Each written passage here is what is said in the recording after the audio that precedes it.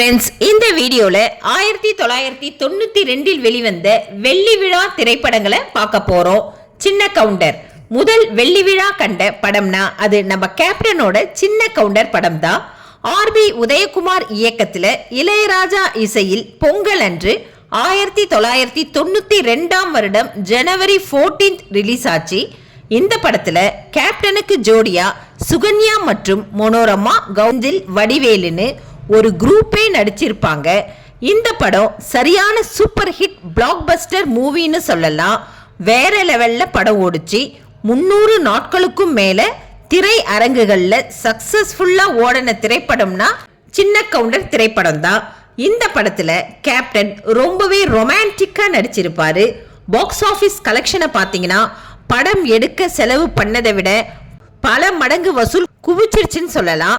So சின்ன counter சக்சஸ்ஃபுல்லா ஓடின சூப்பர் ஹிட் பிளாக் பஸ்டர் வெள்ளி விழா கண்ட திரைப்படம்னு சொல்லலாம். மன்னன் இரண்டாவது வெள்ளி விழா திரைப்படம் 1992 வெளிவந்த மன்னன் திரைப்படம் சூப்பர் ஸ்டார் ரஜினிகாந்த் நடிச்ச super hit black Bastar movie. இந்த படத்தை டி வாசு இயக்கி இருப்பார். இசைஞானி இளையராஜா இசையமைச்சிருப்பார். சின்ன கவுண்டர் வெளிவந்த 1992 பொங்கல் அன்றுதான் மன்னன் திரைப்படமும் ரிலீஸ் ஆச்சு. நம்ம சூப்பர் ஸ்டார் ரஜினிகாந்தோட விஜயசாந்தி நடிச்சிருப்பாங்க. கூடவே மனோரமா கபூன்னு பல பேர் நடிச்சிருப்பாங்க. கெஸ்ட் ரோல்ல பிரபு நடிச்சிருப்பாரு. பிரபு அவர்களின் சிவாஜி புரொடக்ஷன்ஸ் தான் இந்த படத்துக்கு ப்ரொடக்ஷன்ஸ் பண்ணியிருப்பாங்க. 175 நாட்களுக்கு மேல இந்த படம் தியேட்டர்ல ஓடுச்சு. வெள்ளி விழா கண்ட ஒரு சூப்பர் ஹிட் மூவி மன்னன். பி வாசு அவர்கள் இந்த படத்தோட கதையை டிஃப்ரெண்டா ரசிகர்கள் ரசிக்கும் வகையில செம்மையா எழுதியிருப்பாரு. இந்த படத்தோட மைய கதை என்னன்னு பாத்தீங்கன்னா, ரஜினி குஷ்புவை காதலிப்பார். ஆனா அம்மாவோட கட்டாயத்தால விஜயசாந்திய விருப்பம் இல்லாமல் கல்யாணம் பண்ணிப்பார். அப்புறமா ரஜினி இவங்க காமெடி வேற லெவல்ல இருக்கும். நல்லாவே சக்சஸ்ஃபுல்லா ஓடின ரெண்டாவது வெள்ளி விழா மூவி மன்னன். அண்ணாமலை ஜூன் 27 1992 ரிலீஸ் ஆச்சு. டைரக்டர் சுரேஷ் கிருஷ்ணா இந்த படத்தை இயக்கி இருப்பார். இசைஞானி இளையராஜா இந்த படத்துக்கு இசையமைச்சிருப்பார். இந்த படத்துல சூப்பர் ஸ்டார் ரஜினிகாந்துடன் குஷ்பு, ரேகா, மனோரமா, ஜனகராஜ், ஆதாரவி, வினு சக்கரவர்த்தி, கரண்னு நிறைய பேர் நடிச்சிருப்பாங்க. மெயினான ரோல்ல சரத் பாபு சூப்பர் ஸ்டார் ரஜினிகாந்தோட ஃப்ரெண்டா அசோக்ன்ற கதாபாத்திரத்துல நடிச்சிருப்பாரு. ரஜினிக்கு பெஸ்ட் ஃப்ரெண்டா மட்டும் இல்லாம துரோகியாவும் நடிச்சிருப்பாரு. 175 நாட்களுக்கு மேல தியேட்டர்ல ஓடி 3வது வெள்ளி விழா திரைப்படமா அமைஞ்சது.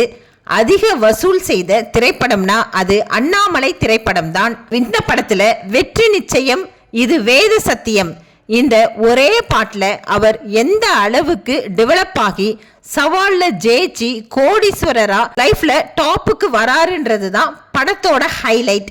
அண்ணாமலை வெள்ளி விழா கண்ட சூப்பர் ஹிட் மூவி. அடுத்து ரோஜா 15 1992 சுதந்திர தினம் அன்று வெளியாச்சு. மணிரத்னம் இயக்கிய இந்த திரைப்படத்திற்கு ஏஆர் ரகுமான் இசையமைச்சிருப்பாரு. அரவிந்தசாமி, மதுபாலா இந்த படத்துல வேற லெவல்ல பெர்ஃபார்மன்ஸ் பண்ணியிருப்பாங்க. கண்டிப்பா இது ஒரு பிளாக் பஸ்டர் மெகா ஹிட் மூவியா அமைஞ்சது. டைரக்டர் மணிரத்னம் அவர்கள் இந்த படத்துல லவ் அண்ட் ரொமான்ஸ ரொம்பவே அழகா காட்டியிருப்பாரு. ரோஜா படம் 175 நாட்களுக்கு மேல தியேட்டர்ல ஓடி மிகப்பெரிய மெகா ஹிட் வெள்ளி விழா திரைப்படமா அமைஞ்சது. அடுத்து தேவர் மகன். இந்த படம் அக்டோபர் 25 1992 தீபாவளி அன்று ரிலீஸ் ஆச்சு. இந்த படத்தை பரதன் இயக்கி இருப்பார். இசைஞானி இளையராஜா இசையமைச்சிருப்பார். இந்த படத்துல சிவாஜி கணேசன், கமலஹாசன், ரேவதி, கௌதமின்னு டாப் ஆக்டர் அண்ட் ஆக்ட்ரஸஸ் நடிச்சிருப்பாங்க. வடிவேலு இந்த படத்துல சூப்பரா பெர்ஃபார்மன்ஸ் பண்ணியிருப்பாரு. மொத்தத்துல தேவர் மகன் கல்ட் கிளாசிக் த்ரில்லர் மூவின்னு சொல்லலாம்.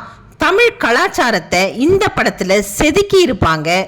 225 நாட்களுக்கு மேல செம்மையா ஓடி வெள்ளி விழா கண்ட சூப்பர் ஹிட் மெகா மூவியா அமைஞ்சது.